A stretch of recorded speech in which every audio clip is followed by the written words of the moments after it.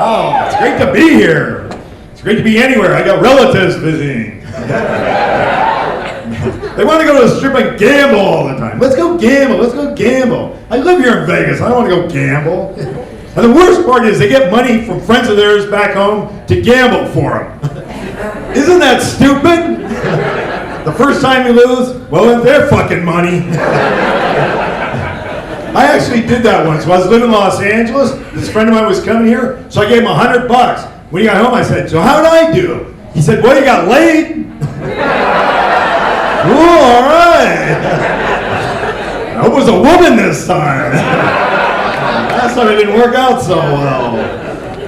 So I'm currently single. Yeah. I have a date this week. It's a first date. Don't you hate first dates? Yes. Especially the end, that awkward moment. You're standing there, she's standing there, then you gotta pay her. That's the worst part. Ruins the entire night. I ran into my old girlfriend the other day. She was a school teacher. I went out with her for 3 years. I used to write her poetry and she'd correct it and give it back to me. She was always correcting me. I'd say, do you want some more coffee? She'd say, would you like some more coffee? Do you want to go out to dinner? Would you like to go out to dinner? Do you want to have sex? No. One time for her birthday, I gave her a big diamond ring. She just looked at it and said, do you know what diamond is the hardest object on earth? I said, not this moment, it's not. To prove it, I cut glass. I went out with this waitress in my comedy club a couple weeks ago. You know, we both worked nice, so I took her on a little picnic. Then we went horseback riding. That night at the club, she was walking kind of funny. She told all the other waitresses that she spent the day riding a horse. Now I got all these waitresses calling me up. Oh, well, they be disappointed. Yeah. So I'm currently single. Yes. This friend of mine just got married. He lives in Los Angeles. He says, hey, I'm coming to Vegas for my bachelor party. So he shows up here like 15 guys. He goes, we're going to a strip club. So we go to a strip club called the Little Darlings. Anybody been there? Yeah. Let me tell you something. They're not that little. God, there are all these big bodybuilder chicks. They were huge. You can hear them in the back doing squats and deadlifts. I walked into the door. I said, my God, are these strippers or lumberjacks? One of them looked like Lou Ferrigno. That's not even a good look for Lou. The stripper pole's all bent and shit. I paid $20 for a lap dance. My legs went numb.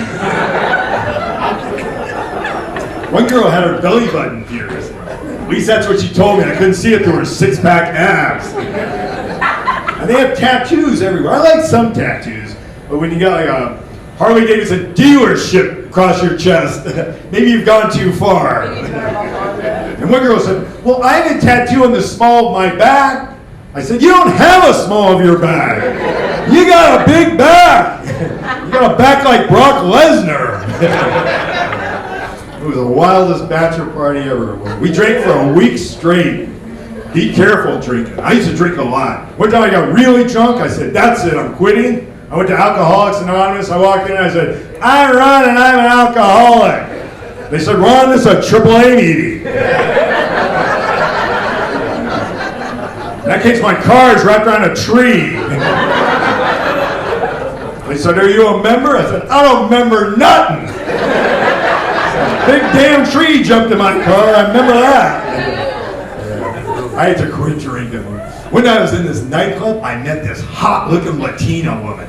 She was smoking hot. She had long, luscious legs, beautiful boobs. She had a cute little Latina face. She looked like Jennifer Lopez. I woke up the next morning, she looked like fucking George Lopez. I went right to rehab. And the weird thing was, she didn't speak a word of English. I don't even know how I met her. She was hell didn't know what to do with her. So the next morning I was dropped off at Home Depot. I figure she'll migrate back into the community. I picked her up a week later, had to do some landscaping. She was a hard worker, that woman. See, when you're a comedian, people expect to be funny 24 hours a day. I was at a party, I'm talking to this guy. He said, so what do you do for a living? I said, I'm a comedian. He says, oh, you don't seem real funny. I said, oh, what do you do? He said, I'm a cop. I said, oh, you don't seem like an asshole. Turns out he was an asshole. Do we have any cops here tonight? I'm trying to get into new technology. I joined Facebook. I finally broke down. I got an iPhone. I don't even know how to work the damn thing. I mean, I can make a phone call. I just can't do anything important, like check my stocks or send a dick pic or something. That's pretty sad, isn't it? It's actually pathetic. I actually tried that once.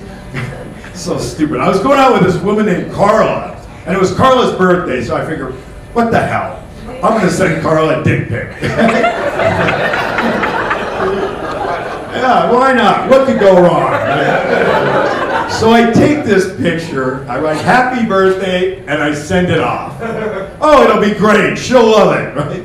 10 minutes later, I get this text from my buddy Carl. He said, dude, is that your dick?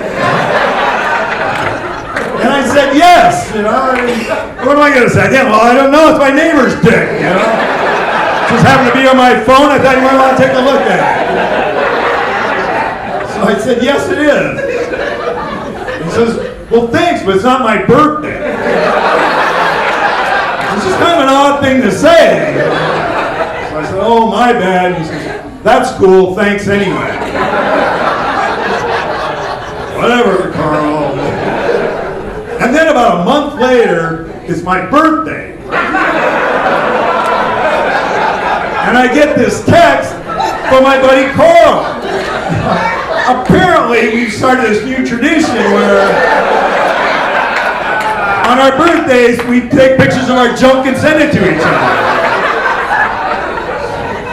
And the strangest part of that entire story is my buddy Carl's a black guy, right? So I open this text and I was like, holy shit!